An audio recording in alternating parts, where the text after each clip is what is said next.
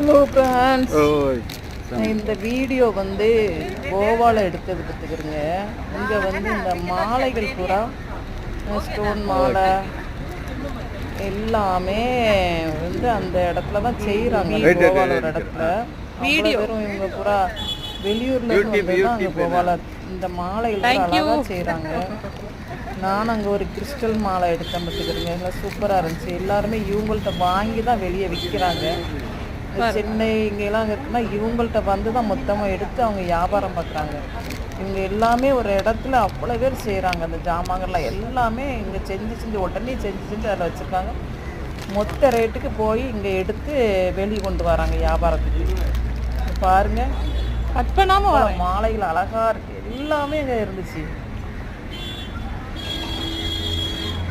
Pants item பாருங்க.